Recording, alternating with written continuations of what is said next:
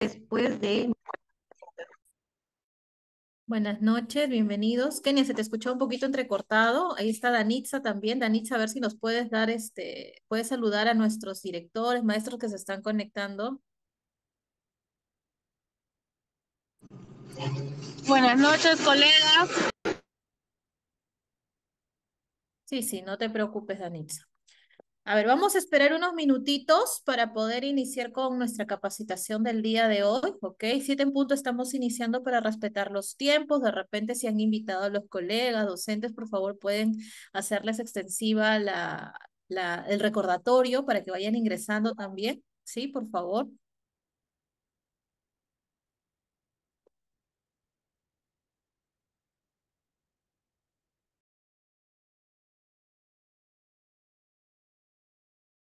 Buenas noches, estimados directores, muy buenas noches, estimados docentes, mis colegas que me acompañan también el día de hoy, Catherine Gallardo, Danitza Morales. Reciban la cordial bienvenida. Vamos a dar inicio a nuestro taller, la práctica inclusiva en el entorno escolar. Para ello es importante que recordemos quiénes son nuestras especialistas. Hoy nos acompaña Catherine Andrea Gallardo, mi colega, quien tiene a cargo la región de Apurímac. Danitza Morales, quien tiene a cargo la región de Cusco, Moquegua y Ancash. Y mi persona, Kenia Muñoz, quien tiene a cargo las regiones de Ayacucho, Junín y Cajamarca. Es importante que tengamos esta información muy clara, tanto directivos como docentes, porque al finalizar este taller van a ustedes llenar su registro de asistencia, ¿ok? Y les van a pedir que identifiquen quién es su especialista. También recordarles que es importante que tengan a la mano su código local y código modular de su institución educativa. ¿Ok? Muy bien. Recordemos que este es un espacio de aprendizaje donde todos los comentarios son enriquecedores. Estamos listos ya para poder iniciar. Voy a darle pase a mi colega Catherine Gallardo. Gracias. Bien, Kenia, muchas gracias. Bienvenidos, se siguen conectando. Vamos los tiempos, entendiendo pues que sabemos que en este horario también hay algunas actividades con que complementar en casa, ¿no? Así que vamos a dar inicio a nuestra capacitación el día de hoy. Recordemos que estamos realizando una réplica de la capacitación realizada el día de ayer. Nuestro eje denominado la práctica inclusiva en el entorno escolar, como bien mencionó Muñoz, nuestra especialista de la región Ayacucho, Junín, Cajamarca, Catherine Gallardo, mi persona, especialista de la región Apurímac, y Danitza Morales, especialista de Cusco, Moquegua y Ancash, ¿ok? Recordemos el momento de llenar nuestra asistencia, que posteriormente y más adelante lo va a compartir Kenia, y tenemos que llenar con la especialista que está a cargo de nuestra región. Bien, bien, entonces vamos a iniciar el día de hoy con nuestra capacitación correspondiente y vamos a hacer una dinámica de inicio, estimados. Bienvenidos, bienvenidos a los que están conectando. Estamos de diversas regiones reunidos esta noche para recibir esta capacitación. Bien, sabemos que dentro del desarrollo de las dimensiones de la educación inclusiva seguimos abordando, seguimos fortaleciendo estas habilidades, capacidades relacionadas a la atención de la diversidad en los estudiantes, ¿no? Y no solo en los estudiantes. Hemos visto casos también donde hay maestros inclusivos, ¿no? Maestros que también forman parte de el trabajo de la inclusión. Hemos tenido casos de maestros con discapacidad también que están en las escuelas. Entendamos que cuando hablamos de inclusión no solamente hacemos alusión a los estudiantes, sino a toda la comunidad educativa que forma parte de ella, y el objetivo es seguir fomentando estos valores de equidad y respeto para todos y todas las personas. Bien, estimados maestros, vamos a iniciar con 3 palabras o algunas palabras claves que nosotros podamos encontrar en sopa de letras, ¿no? Vamos a encontrar, a ver, qué palabras podemos identificar aquí de las dimensiones de la educación inclusiva. Vamos a ver qué regiones nos van a contestar o nos van a dar sus Buenas respuestas. Recuerden noches. que pueden activar su... Liderazgo. Dígame, maestra, liderazgo. Liderazgo. ¿De qué región es, maestra Marlene? Cusco. Cusco. Ok, maestra Marlene. Kenny, vas tomando los puntos, ¿ya? Cusco tenemos un punto, liderazgo. A ver, vamos a ir Cultura, identificando. buenas noches. Maestra Valores, Sonia, cultura, ¿ok? ¿De dónde, de qué región es maestra Sonia? Junín, Junín. Junín, Maestra, Buenas, muy bien. valores, buenas noches, Buenas valores noches, maestra de Yanira, ¿de qué región? de Valores, Ayacucho, muy Ayacucho. bien. Ayacucho, Junín. Prácticas. Prácticas, maestra Marleni. Muy bien. Cusco, ¿verdad? Pictograma. Así es, Cusco. Ok. Pictogramas. ¿Quién dijo pictogramas? Cusco. Cusco. Muy bien, maestra Pilar. A ver, vamos a ir descubriendo acá las palabritas escondidas que ya han mencionado. Liderazgo, muy bien. ¿Qué otra identificamos? Prácticas. ¿Alguien dijo prácticas? Me parece que no. de Yo Cusco, maestra, Cusco. Muy bien, Cusco. Tenemos valores, cultura, muy bien. Cusco, valores, Valores, Cusco también. Ayacucho, dijo valores. Valores. Esta noche están participando Cusco, Ayacucho. Otra región también estuvo presente mencionando. Junín. Junín, muy bien. Miren, entonces hemos encontrado las palabras, ¿no? Liderazgo, Pictograma. práctica, culturas, valores, pictogramas también está acá. Sí, sí, sí, efectivamente, pictogramas también está acá. Muy bien, maestra. Entonces, miren, hemos encontrado acá las palabras escondidas y por ahí hay algunas más que también siguen escondidas, ¿no? Pero son parte Es, del trabajo de la dimensión de la educación inclusiva, ¿no? Estas características, estas dimensiones forman parte del desarrollo de una cultura inclusiva dentro de las instituciones educativas con las cuales ustedes ya vienen trabajando, no solo de repente desde el acompañamiento del SAN, sino que se entiende que desde antes ustedes van fomentando estos espacios de respeto y equidad dentro de sus instituciones educativas. Bien, vamos entonces vamos desarrollando nuestro tema del día de hoy y vamos a hablar del contenido de las tres dimensiones de la educación inclusiva.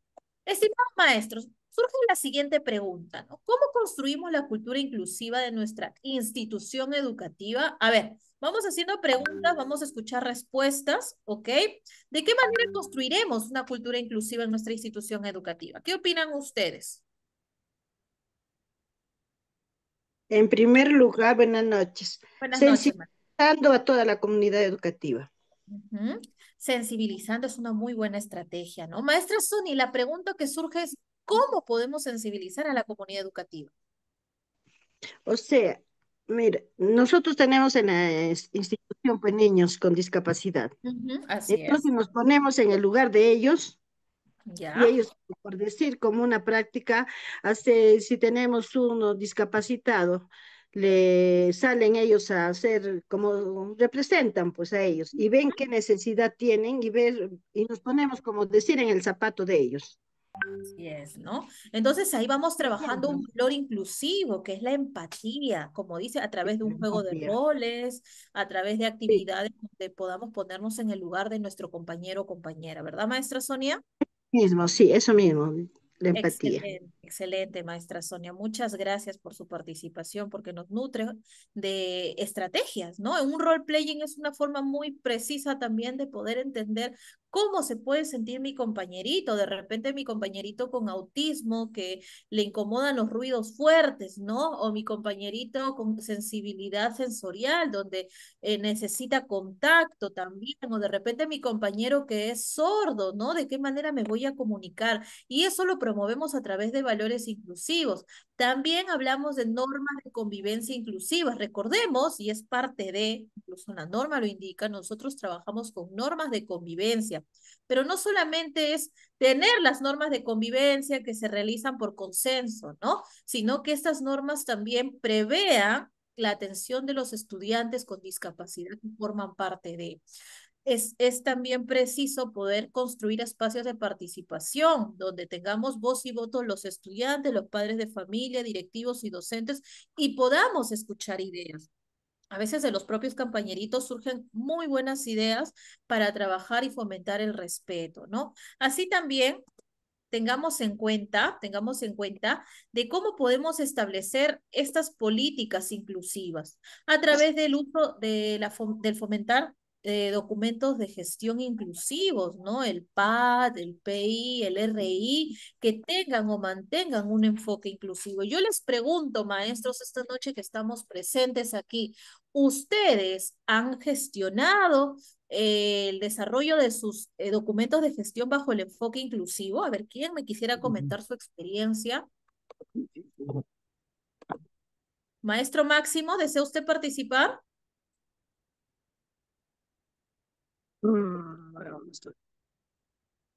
Sí, Ahorita.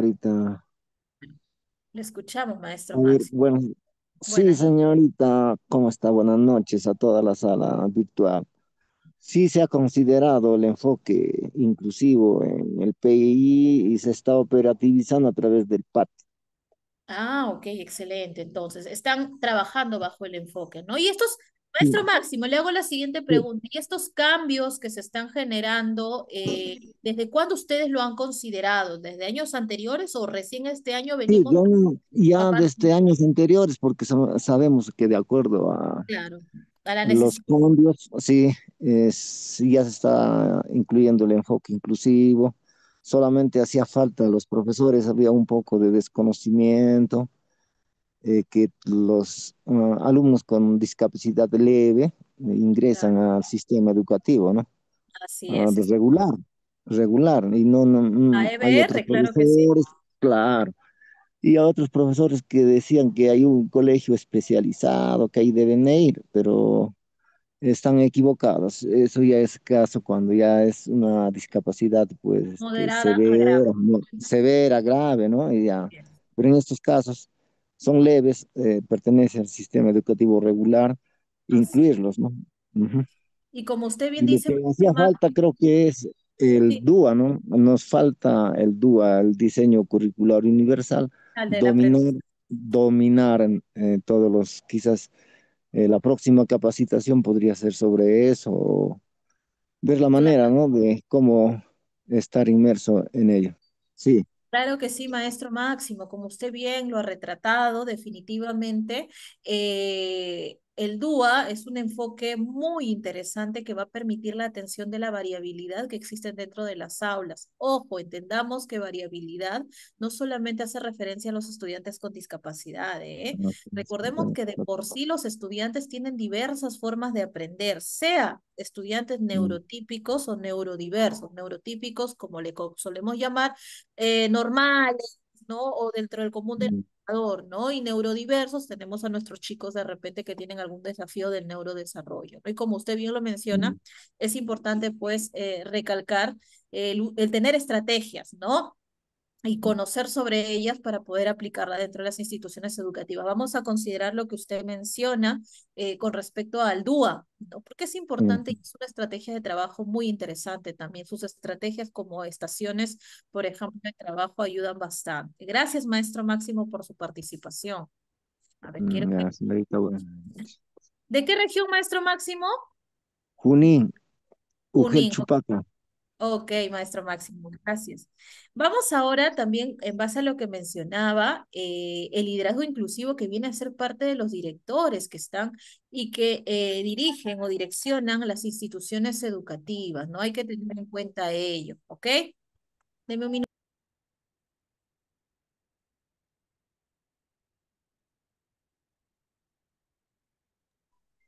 Bien, entonces vamos haciendo la siguiente pregunta, ¿no? ¿Cuáles vienen a ser también las principales prácticas inclusivas que debemos realizar? Por ejemplo, hablamos de la evaluación o la elaboración de la evaluación psicopedagógica. Para ello, trabajamos con el informe y la elaboración del plan educativo personalizado. Sabemos que este año el informe psicopedagógico va teniendo algunas variaciones, ¿no? Sabemos que estos documentos se van actualizando, si bien es cierto, vienen direccionados desde el Ministerio de Educación, ¿no? La estructura, pero van teniendo modificaciones en pro de conseguir mejoras favorables, ¿no? Que justamente tengan o tiendan o se ajusten a responder a la necesidad que buscamos, ¿ok? Tengamos en cuenta también que aquí menciona el diseño de experiencias de aprendizajes inclusivas, y ahí es donde hablamos de los ajustes razonables bien conocido como adaptaciones curriculares.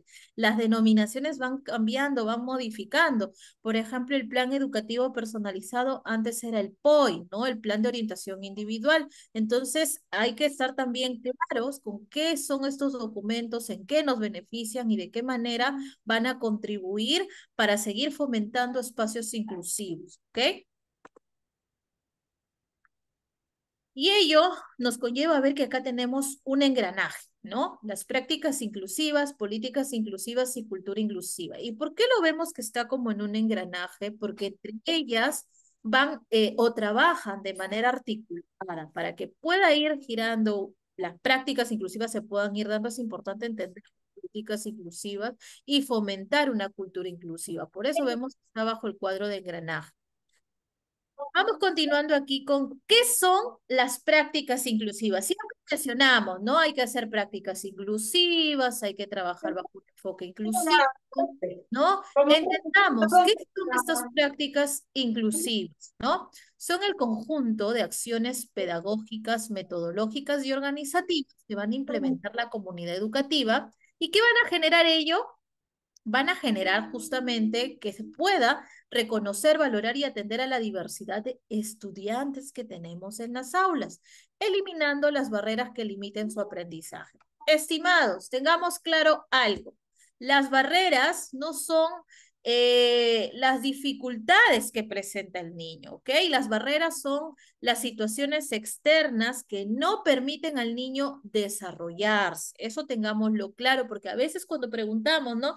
¿Qué barreras, por ejemplo, tiene el estudiante con discapacidad intelectual? ¿No? Entonces, una barrera de ese estudiante podría ser que no se realicen los ajustes razonables para el nivel que tiene. No sería que el niño no aprenda. A veces cuando preguntamos dicen, no, es que no aprende, es que es lento en su aprendizaje. Esa no es una barrera, ¿ok? Recordemos que las barreras son del entorno, son externas. Ahora, no se reducen a adaptaciones para estudiantes con discapacidad, sino que abarcan el derecho que tiene cada niño y cada niña de aprender en un entorno equitativo, que sea participativo y de calidad independientemente de las características que se puedan evidenciar. Entonces, el proponer, el aplicar prácticas inclusivas definitivamente depende de la comunidad educativa y la disposición que podamos tener tanto desde el directivo como líder pedagógico y también los docentes que se enfoquen en trabajar y mantener estrategias que puedan atender a todos los estudiantes. Puede pasar que en los recreos veamos que los chicos juegan, tienen sus actividades, sin embargo, a veces el estudiante de por sí que conoce que puede tener algún tipo de discapacidad o debilidad, ¿qué hace? Genera justamente que no pueda desarrollarse de repente o socializar de manera adecuada. Entonces, yo como maestro, ¿qué estoy haciendo para que podamos generar de repente una práctica adecuada? ¿Cómo lo estoy involucrando? ¿Cómo estoy generando que mi estudiante pueda ser partícipe también de las actividades de sus compañeros, ¿no? Por ejemplo, les comento, yo hace poco hice una visita a un colegio por una niña con síndrome de Down. Entonces, ¿qué estaba observando ahí, no? Cuando fui a observar en el momento del recreo, la pequeña, era una niña ya de primer año, ¿ok?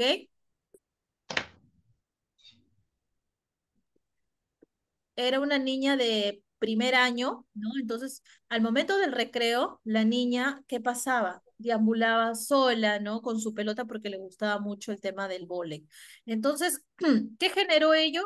Generó definitivamente, pues, que se pueda observar que no tenía con quién socializar. Entonces, yo conversaba con la psicóloga, porque esa institución tenía una psicóloga, y mencionábamos el hecho de poder generar justamente algunas estrategias que permitan que los estudiantes puedan socializar, ¿no? Que de repente la involucren en las actividades necesarias para ello. Bien, ahora vamos con lo siguiente.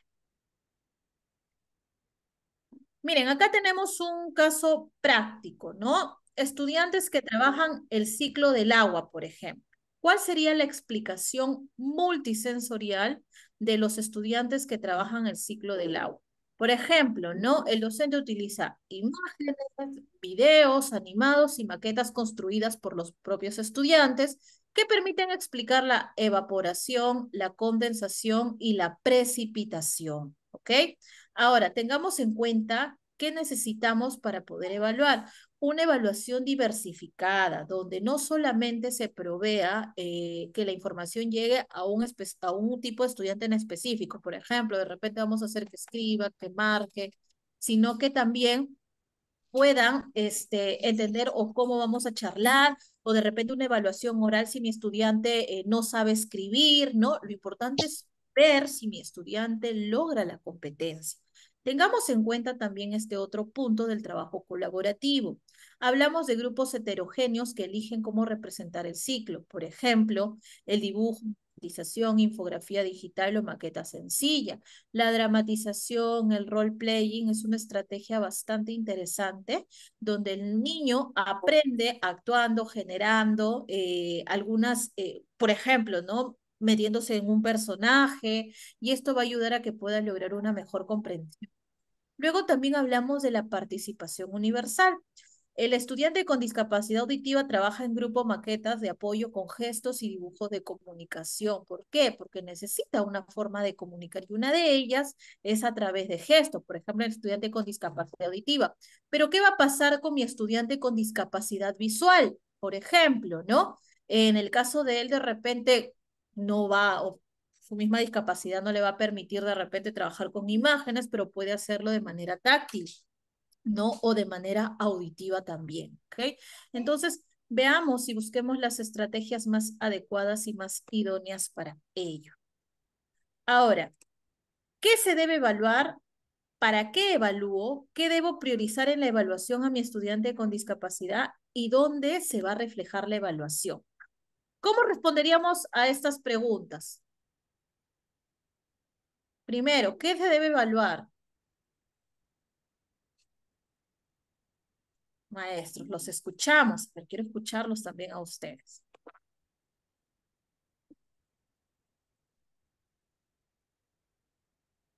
A ver, ¿cómo podríamos, qué se debe evaluar?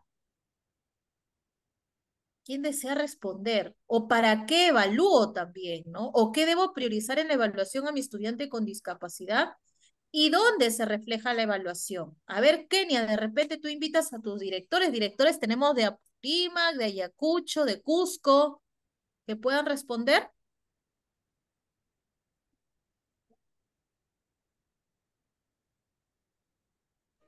A ver, A ver, ¿quién? los invitamos. A ver, ¿qué creen ustedes, directores, docentes, qué es lo que debemos de evaluar o qué debemos considerar al momento de evaluar un estudiante con o sin discapacidad? ¿No? Sabemos que, Se bueno, evalúa, posiblemente verán, a ver, se evalúan las competencias, el desarrollo de las competencias. Muy bien, maestra. ya, muy bien, maestra Sonia, ¿de qué región? Junín. Junín. Junín. Sí. ¿Qué más podemos evaluar? A ver, ¿por qué, para qué evalúo, maestra Sonia? Usted que, a ver, se animó a responder. ¿Para qué será necesario evaluar a mi estudiante con discapacidad? Bueno, para ver el nivel será de su aprendizaje. Ujú, ya. ¿Y dónde se verá reflejada la evaluación, maestra? ¿Qué cree usted? Bueno, de repente adaptamos una o buscamos qué va a ser la evidencia que nos demuestre, ¿no? El avance de su aprendizaje. Ok, muy bien, excelente, maestra Sonia. Gracias, Junín está muy participativo. Para ello, maestros, hablamos de una evaluación diagnóstica y nos preguntaremos si, bueno, ¿cómo se vamos a realizar? Sabemos que al inicio del año escolar se realizan evaluaciones diagnósticas justamente para poder identificar cómo están llegando los estudiantes a la institución educativa, ¿no? Hay que tener en cuenta ello.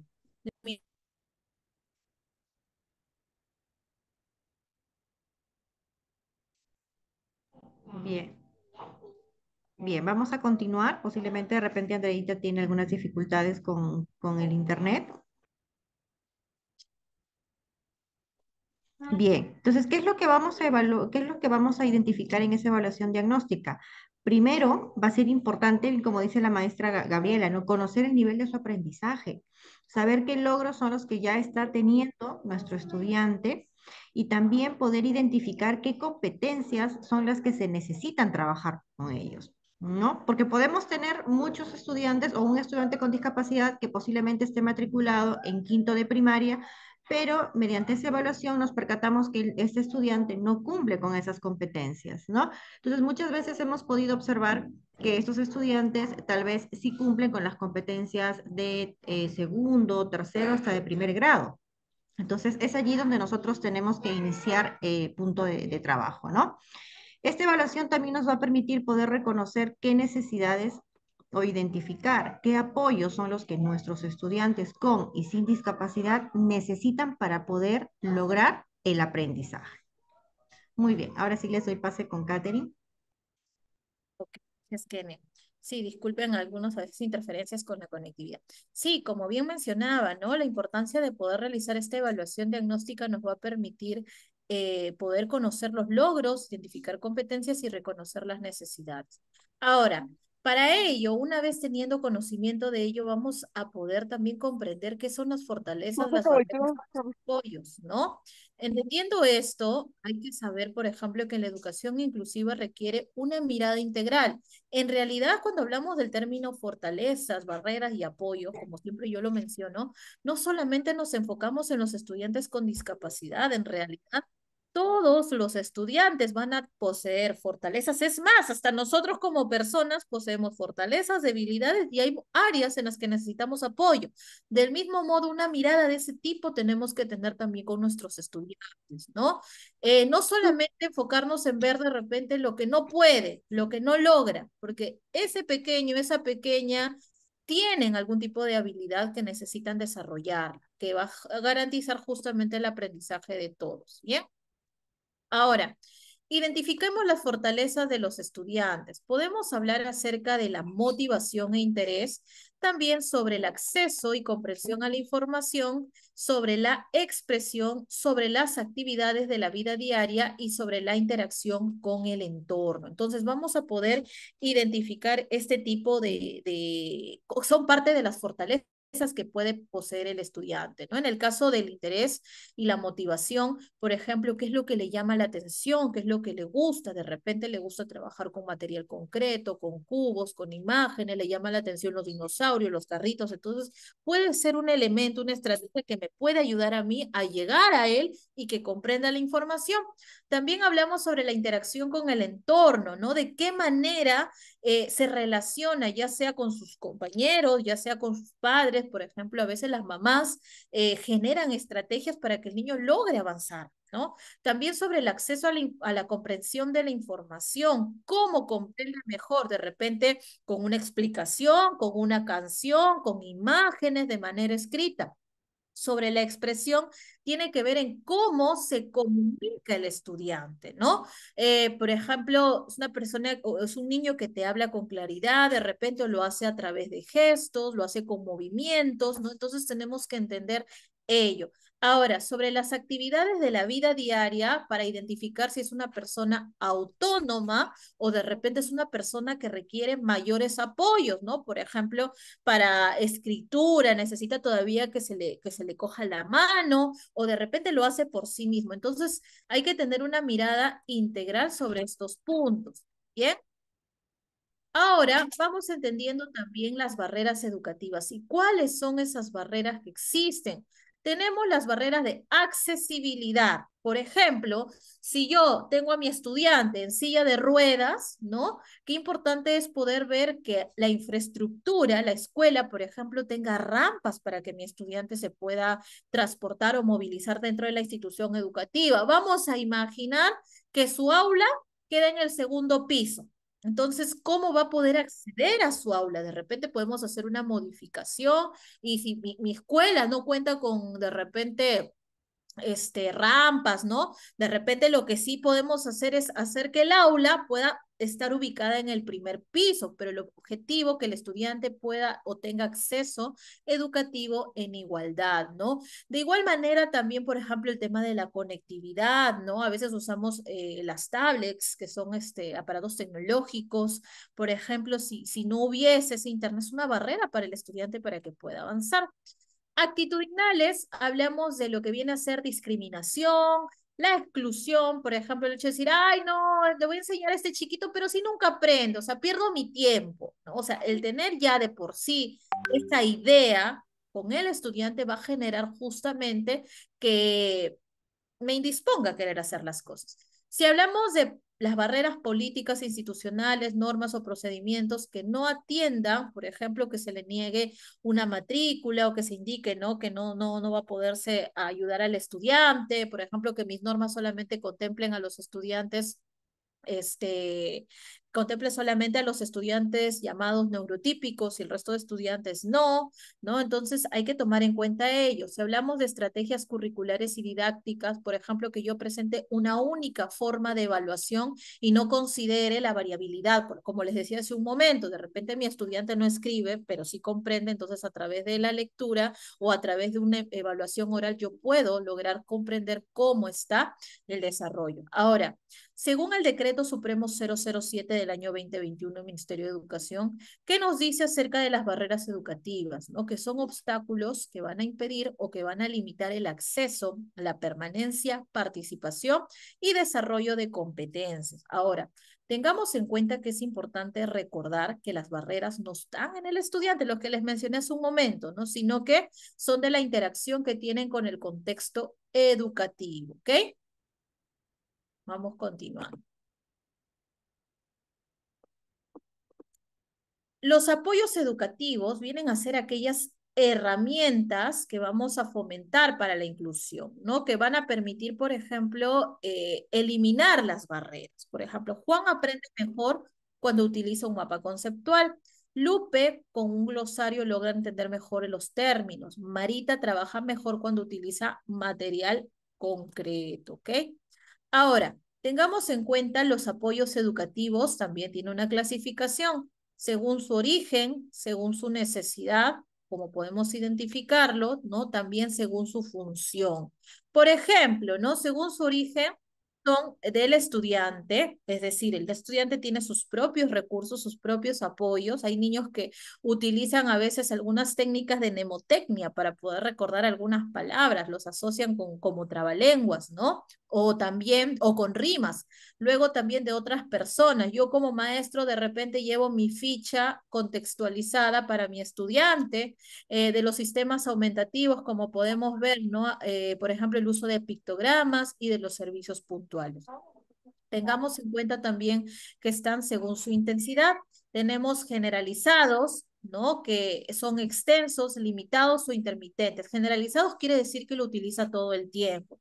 Por ejemplo, mi estudiante tiene una discapacidad física, de repente siempre tiene que usar su silla de rueda para poder transportarse, ¿no? Extensos quiere decir que lo va a usar por un periodo largo de tiempo, sin embargo, que dado un largo periodo puede culminar.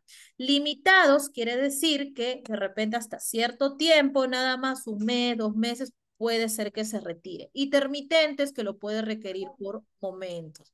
Según su función, tenemos apoyos para regular la conducta. Por ejemplo, tenemos el semáforo de las emociones, ¿no? Para ayudar al niño que se pueda autorregular, pensando, respirando, la técnica de la tortuga, ¿no? También el acceso a la información que se le pueda brindar, el adquirir conocimientos y también de habilidades cotidianas, ¿sí? Vamos a continuar. Vamos a continuar acá. Por ejemplo, miren, acá tenemos un casito. El docente Juan, he visto que Carla se confunde mucho al resolver problemas de suma y resta, ¿no? El docente Mario dice, podemos apoyarla con material, nos dice por acá, ¿no? Podemos apoyarla con material, por ejemplo, permítame, hay alguien que está con el audio, me parece. Ya. Le dice, podemos apoyar con material concreto como fichas, regletas o tapitas para que visualice las operaciones. De repente hacerlo de manera abstracta no lo va a poder lograr y para ello utilizamos material concreto, ¿no? Por ejemplo, fichas, regletas, tapitas, organizadores gráficos como pasos sencillos, refuerzos lúdicos, combinar juegos matemáticos en casa con la práctica divertida. Recordemos también que contextualicemos el material que tenemos de repente, si es una zona rural, con qué material también podemos trabajar propio de la zona, ¿no? Algunas hojitas de los árboles de repente nos pueden ayudar. Ahora, en este enfoque se combinan los apoyos didácticos, visuales y familiares para garantizar el proceso o el progreso de todos los estudiantes. Y vamos un poquito con el DUA, ¿no? Vamos a tocar un poquito el DUA de la educación en el Perú. El DUA, que es el diseño universal para el aprendizaje, viene a ser un enfoque pedagógico, ¿no? Como podemos ver acá, que va a buscar ¿qué? Garantizar que todos los estudiantes puedan tener las mismas oportunidades de aprendizaje. Consideremos que hay diversidad en sus características, estilos, ritmos y necesidades. Ahora, el DUA va a partir de una idea central. Se dice que el DUA también está basado en la neurociencia, ¿no? Las estrategias del DUA se han basado en neurociencia, por eso también tenemos los principios del DUA. No son los estudiantes los que deben adaptarse al currículo, sino el currículo tiene que ser flexible para responder a la diversidad de aula.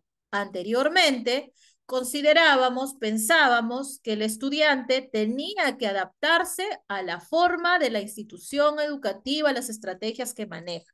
Ahora no, ahora es la institución, las estrategias que tienen que adaptarse para responder a la necesidad del estudiante, ¿no? Es por eso que si hablamos un poquito de aprendizaje, sabemos pues que el estudiante ahora tiene un rol más activo dentro del desarrollo de las experiencias de aprendizaje, donde también es parte fundamental de ello. Ahora, si hablamos de un enfoque por competencias en el marco DUA, ¿qué es el enfoque por competencias? Nos habla que concibe la educación no como acumulación de información, sino como capacidad de usar lo aprendido en situaciones reales de la vida. Imagínense, ¿no? Si nosotros solamente tuviéramos que usar nuestro conocimiento, lo aprendió en el colegio solo por un tema de que me van a tomar examen y tengo que sacar buena nota, no sería funcional. El objetivo es que estos aprendizajes puedan ser utilizados dentro de su vida real. Ahora, ¿qué nos dice el CENEF, ¿no? El Currículo Nacional de la Educación Básica sobre el enfoque por competencias?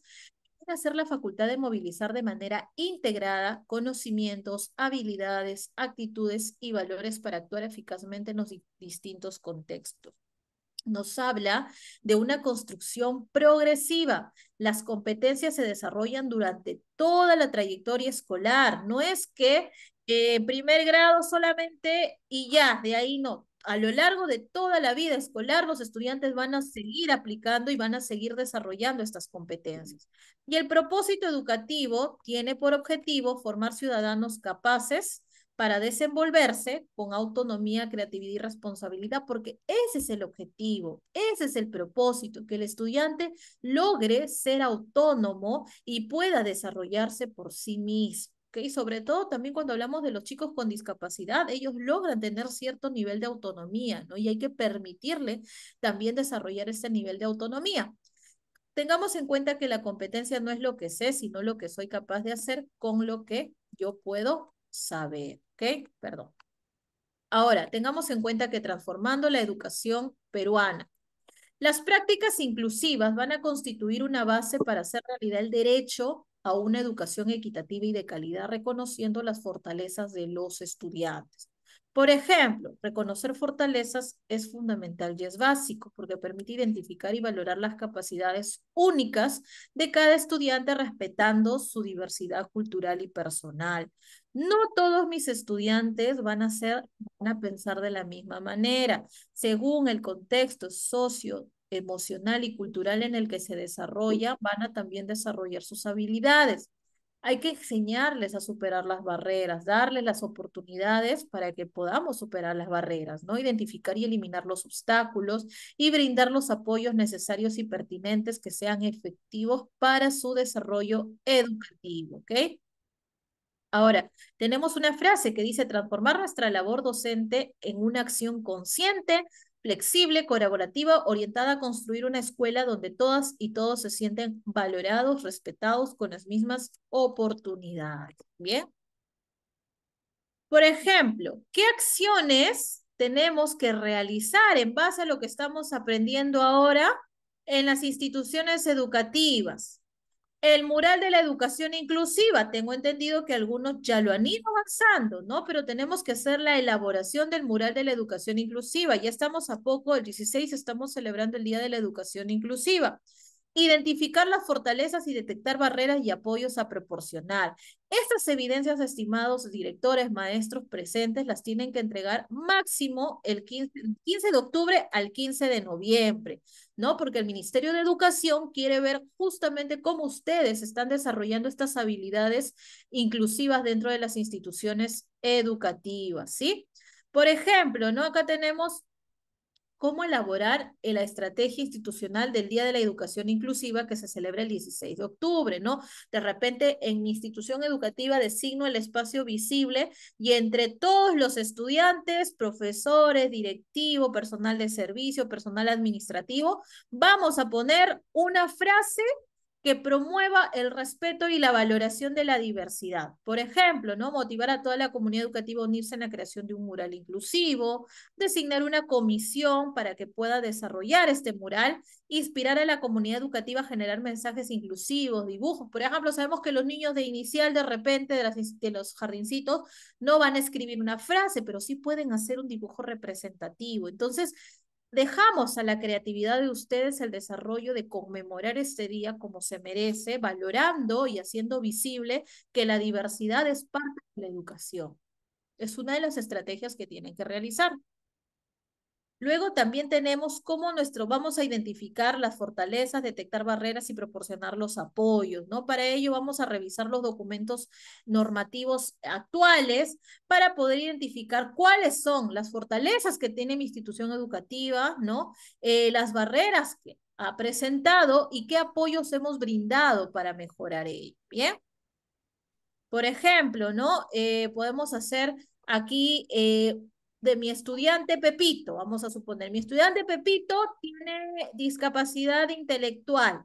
¿Cuál es la fortaleza de mi estudiante Pepito? Mi estudiante Pepito de repente tiene mucha habilidad de movimiento, kinestésica, psicomotriz. Entonces, es una fortaleza su desarrollo psicomotriz que le permite tener un buen equilibrio, un buen desarrollo del cuerpo, control del cuerpo mismo, ¿no? Entonces esto va a generar que pueda utilizar su cuerpo para aprender.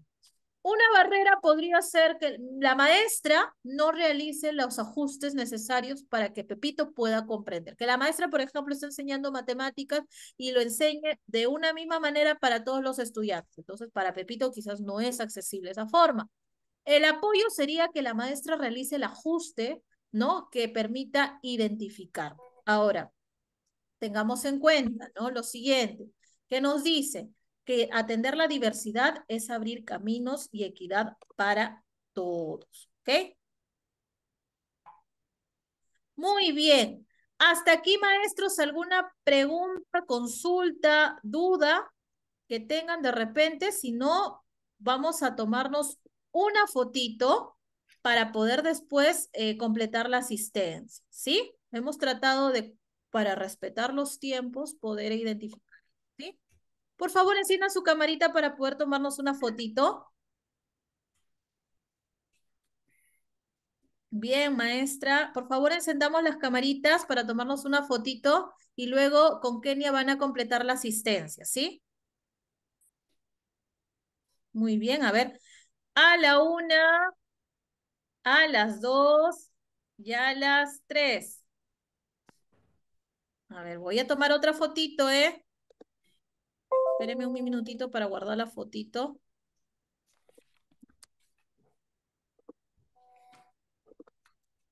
Un minutito. Más sonrientes. 1, 2, 3. Excelente, excelente. Muy bien, maestros. Voy a dejar a Kenia un momento para que ellos puedan completar la asistencia, ¿sí? Kenia. Listo.